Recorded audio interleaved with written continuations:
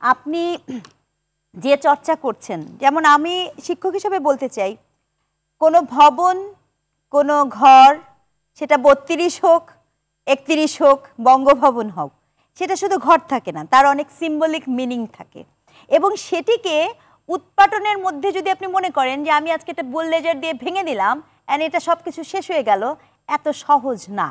আপনি আসলে শেষ করতে চান কি? আপনি শেষ করতে চান ন্যারেটিভ, যেটা আমি বুঝে থাকি। আপনি শেষ করতে চান আপনার আইডিওলজি, মতবাদ। সেটা তো ন্যারেটিভ বা আইডিওলজি দিয়েই শেষ করতে হবে, মোকাবেলা করতে হবে। এখন আপনি যদি ভবন ভেঙে এইটা প্রতিষ্ঠা করান যে আমি অনেক শক্তিশালী, তাহলে আমি বলবো আপনি বোকার স্বর্গে বসবাস করছেন। এটা হচ্ছে আমার প্রথম কথা।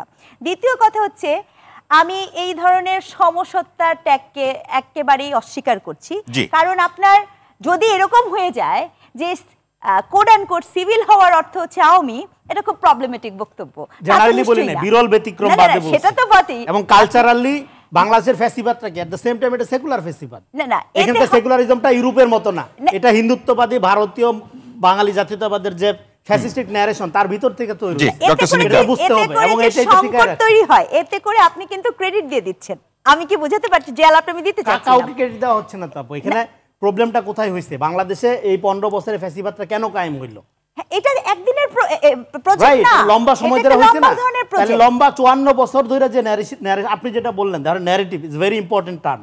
এখন আমরা যে রিয়ালিটির মধ্যে ছিলাম, এটা একটা আওয়ামী রিয়ালিটি, এবং আপনাকে এখন আওয়ামী রিয়ালিটি ভাঙতে হবে। তার মানে কি? চেঞ্জিং দ্য রিয়ালিটি, তার ফার্স্ট টাস্ক হলো ন্যারেশনটা চেঞ্জ করা।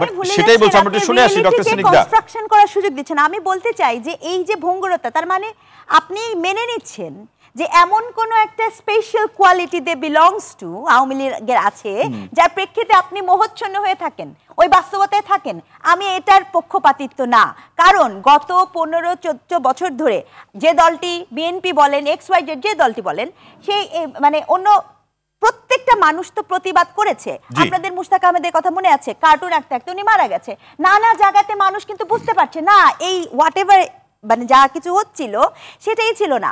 এখন আরেকটা কথা, আপনি এখানে একটা দেখবেন কি, অভ্যুত্থানের একটা ওনারশিপ, এই জিনিসটা আমি স্ট্রংলি ডিজোন করি। অভ্যুত্থান কারো ওনারশিপে হয় না, তাহলে এটা অভ্যুত্থানই হয় না। অভ্যুত্থান মানুষের, জনগণের। যে মা রাস্তায় দেখেছে, নেমেছে, যে শিক্ষক নেমেছে, সে কোনো দল চিন্তা করে নামেনি। আমার সন্তান, আমার পাশের বাসার প্রতিবেশী সন্তান লাশ হয়ে ফেলেছে।